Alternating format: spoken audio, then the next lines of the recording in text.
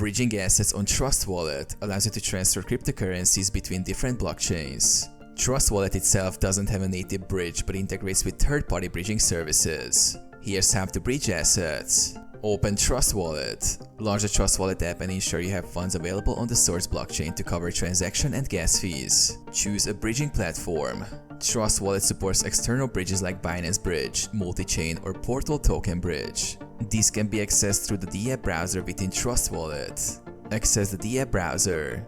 Tap the browser in Trust Wallet. Search for a compatible bridging service and open it. Select blockchains and token. On the bridging platform, choose the source blockchain and the destination blockchain. Select the token you want to bridge. Connect Trust Wallet. Click Connect Wallet on the bridging platform, choose Trust Wallet and authorize the connection. Initiate the bridge. Specify the amount to bridge, confirm transaction details, and approve the transaction in Trust Wallet. Complete bridging.